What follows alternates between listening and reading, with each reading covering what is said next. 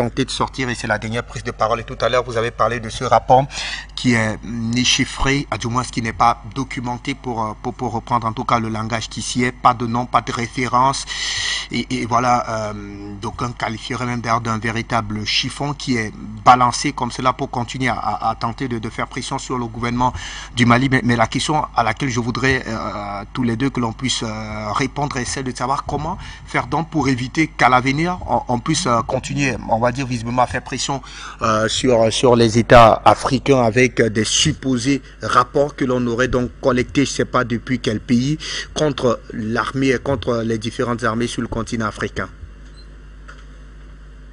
Je vais répondre à votre question simplement. Si on veut se prémunir contre ce genre de mauvaises plaisanteries, il faut d'abord des organisations africaines solides.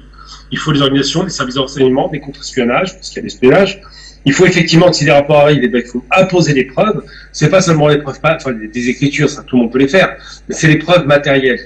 Qu'est-ce que sont des preuves matérielles? C'est évidemment des documents photographiques, des vidéos, des témoins qui ont été blessés ou qui ont immédiatement, qu'on peut identifier comme étant de la région, donc avec une identification de façon très formelle pour savoir si ce ne sont pas des agents étrangers ou des gens qui n'étaient pas là, simplement, comme j'ai rappelé par rapport à la fille de l'ambassadeur du Koweït, mais des gens qui étaient bien sur place, puis surtout une enquête qui est diligentée par des gens qui sont un peu objectifs.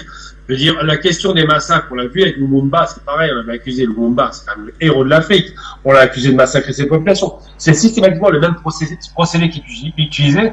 Pour se prémunir contre ça, il faut être capable de mettre des organisations, ses propres agences de renseignement, ses propres agences d'enquêteurs, les mettre en place et les mettre en face de leurs contradictions. C'est-à-dire qu'à chaque fois qu'une accusation est portée, il ne faut pas hésiter même à convoquer des agents étrangers, je parle des Occidentaux, pour qu'ils viennent sur place, pour qu'ils se rendent compte à quel point les accusations sont ridicules.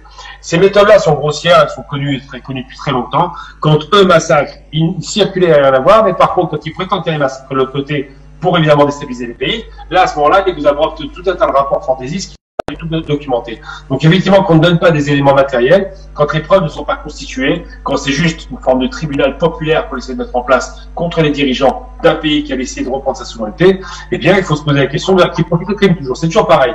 Quel intérêt l'État malien aurait à tuer sa population? Aucun, c'est évident, c'est stupide, puisqu'il a pris le pouvoir pour ces raisons-là, pour sécuriser le territoire. Quel intérêt à l'Occident de dire que l'État malien massacre sa population? Le droit d'ingérence humanitaire, l'interventionnisme extérieur et la volonté évidemment d'évincer par la même les coopérants russes qui sont sur place.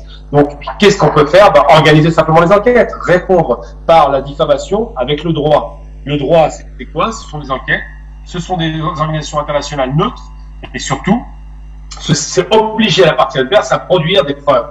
Parce que l'accusation est facile, la preuve plus compliquée. Après, fabriquer les preuves, c'est possible, mais il faut les recouper. Donc, il faut des lieux, des témoins, des preuves matérielles, des documents photographiques, vidéo. Quand on a accusé Saddam Hussein et son armée de massacrer les bébés en Irak, il n'y avait pas de preuves, ni vidéo, ni photo, ni rien. Ça en dit long. Il faut se méfier de cela. On a déjà eu une opération Anatox dans les années 90 quand ils voulaient faire tomber le communisme en Europe. Pour assassiner Ceausescu, ils ont sorti des corps qui avaient été autopsiés. Ils ont fait croire que c'était des charniers. Tout le monde savait que c'était un mensonge. Tous les médias ont relayé ce mensonge parce que l'objectif était l'assassinat de Ceausescu et de sa femme. Elle est là. Donc aujourd'hui, il faut se poser des bonnes questions. Est-ce qu'on doit répondre au mensonge par le mensonge? Non. Est-ce qu'on doit répondre au mensonge par la défensive comme si on était accusé? Non. On répond au mensonge par la production obligatoire, mise en cause et la production des preuves de la part de la partie adverse. Si vous accusez, montrez vos preuves. Nous avons les preuves du contraire, et si vous continuez à accuser, nous apporterons il y a des pays qui sont plus proches, évidemment africains, qui viendront avec une délégation pour conduire les enquêtes et pour dire à tel endroit il y a des massacres, on va vérifier.